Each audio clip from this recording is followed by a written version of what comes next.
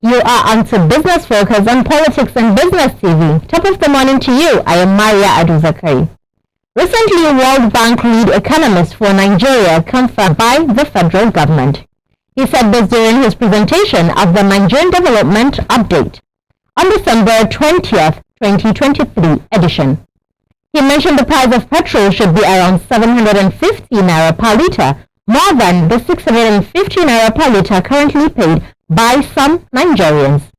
It will be recalled that President Bola Ahmed Tinubu declared the removal of petroleum subsidy on the 29th of May 2023 during his election speech. However, the recent comments by the World Bank has left observers with something to chew on, with criticism trailing the World Bank's prescription. These and more are some of the issues we'll be discussing during the interview segment. Let's take a break. We'll be right back.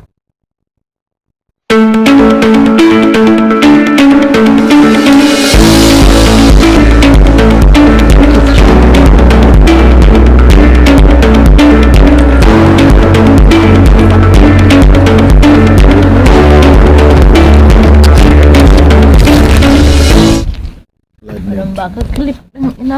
Sama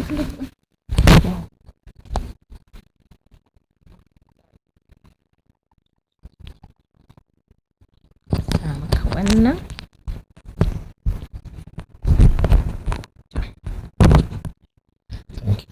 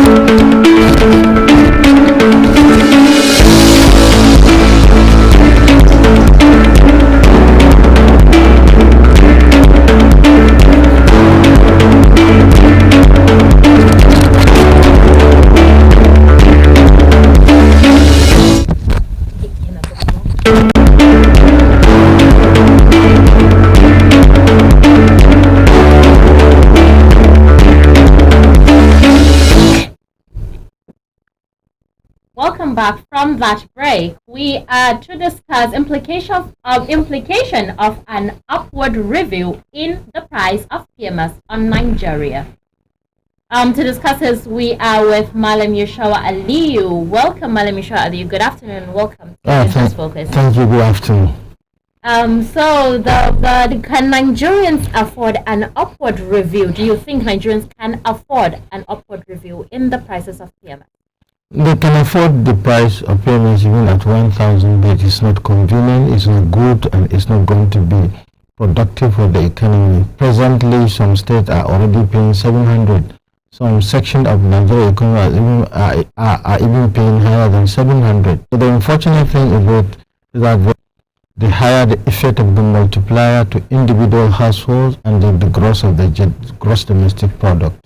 Okay, so Malam Yushawa Aliyu, the fact that the World Bank is stating that Nigerians are to pay more than they're paying for petroleum prices, is the World Bank now dictating what happens in the Nigerian economy? Is our economy now controlled by them? Once you have a debt issue that is increasing every day, and you need consultation with the World Bank at any point in time, under doctrine of moral suasion, they have to give policies. Is their own responsibility based on the conditionalities attached to most of these financial commitment.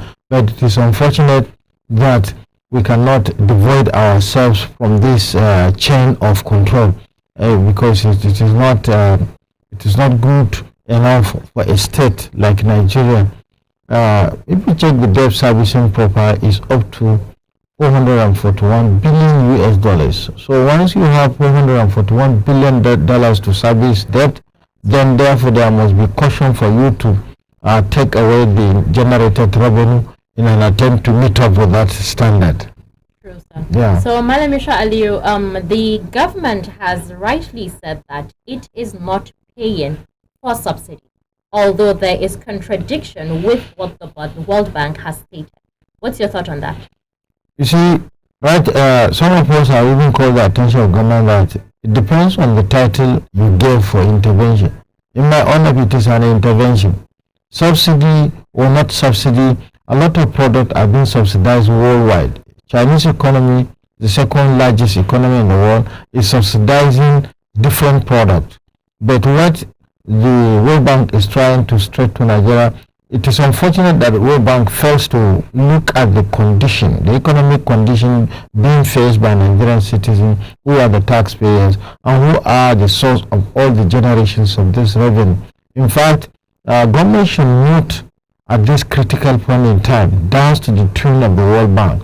No matter what we pay, if it can stabilize prices, if it can stabilize our polity, it is better for us to have that intervention than to have it coming at a different angle as a loss to the economy, because strikes and other commitments, which normally when you raise prices, that one effect follows, is giving the economy so much loss, bigger than that subsidy. So it is good for government to be more considerate and to be more rational as far as the advice that is submitted by the World Bank is concerned. Okay, so Malamisha Aliyu, what would you say would be the effect of an upward review in the PMS, that's the pump price? See, price regime from June to December, we have witnessed several price regime on this particular product, and we have seen the consequences of that. We have seen inflation grow from 22% to 27.52%. We have seen slow in our GDP, despite the fact that the GDP year on year compared to 2022, there is an increase, but it is insignificant as far as collective prosperity is concerned. Maria, one issue that I always want policymakers to understand is that Nigerians have been patient for a very long period of time, and the only solution to all this World Bank intervention is for us to refine this product and sell it. This December, if it is confirmed that Dangote has started production, we expect to see a reduction in the pump price. So the issue of World Bank coming to tell us that we have to buy product at 750 is uncalled for. It is not in any form. It doesn't have any economic sense looking at the volatility of the OPEC market itself. Prices are coming down and other forces are coming up. So if you check these parameters, there is no way World Bank will just come to us and begin to now push prices forward by even that, making that argument. There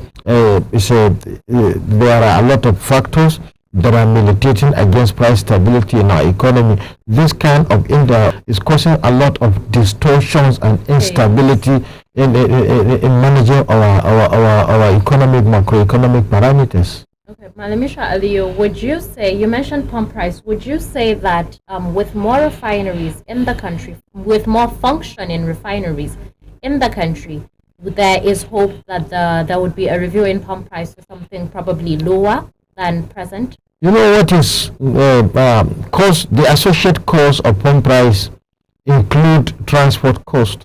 When you reduce transport cost or bridging cost from the point of importing, from the point of importing the refined product, probably from Switzerland as an example, that cost is eliminated if we start production.